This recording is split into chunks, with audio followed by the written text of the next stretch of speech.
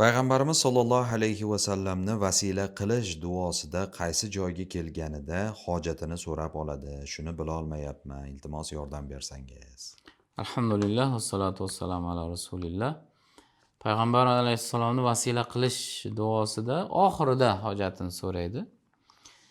Vasila o'zi nima degani biroz to'xtalib o'tsak, Qur'oni Karimda A'udhu billahi minash shaytonir rojim va bitaghu lahul vasila deydi. Ya'ni unga Alloh taologa vasila izlanglar. Ya'ni Allohni rahmatini, muhabbatini o'ziga jalb qilish uchun vasila izlanglar degan oyat karima bor. Ulamolarimiz aytadilarki, vasila qilish, makonni vasila qilish mumkin. Parvardigor, mana shu muborak joyda vasila qilib so'rayman sendan, duolarimni ijobat qilgin. Bir vaqtni vasila qilish, misol uchun birinchisiga Ka'bani vasila qilib so'rayman.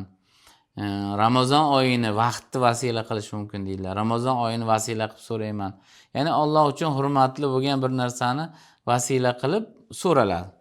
Yoki bir ibodatni izidan namoz o'qib, roza tutib, tilovat qilib, tasbih aytib vasila qilish mumkin. Parvardigor duolarimni qabul qil. Ba'zilar aytadiki, hattoki nochor qoldim Parvardigor, sen nochorlarning duosini qabul qiluvchisan, shuni vasila qilaman deb ham so'rasa bo'ladi deydilar. Endi kishilarni vasila qilish, hayotda bo'lgan yoki vafot etgan kishilarni vasila qilib so'rash, ahli sunna ulamolarini ko'pchiligi, demak, o'tgan insonlarda ham, misol uchun payg'ambarimiz Muhammad sallallohu alayhi vasallamni vasila qilib duo qilish mumkin. Payg'ambarimizni vasila qilib so'rayman, yo Alloh, duolarimni qabul qilgin degan ma'no vasila.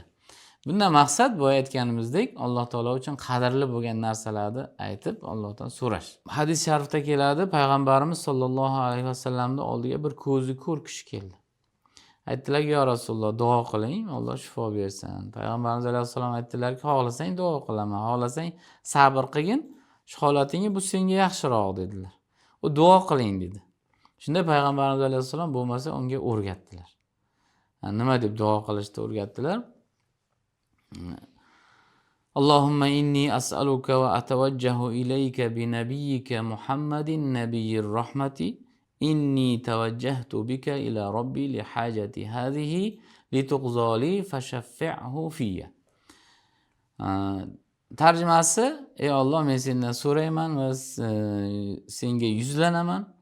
Rahmat payg'ambari bo'lgan Muhammad alayhissalom bilan senga yuzlanaman deb izidan inni tavajjahtu bika, ey Rasululloh, men siz bilan Robbimga yuzlandim. Mana shu hojatim bor, hojatim uchun, shu hojatim ravo bo'lish uchun Parvardigor payg'ambarimiz alayhissalomni menga shafoatchi qilgan degan ma'noda duo.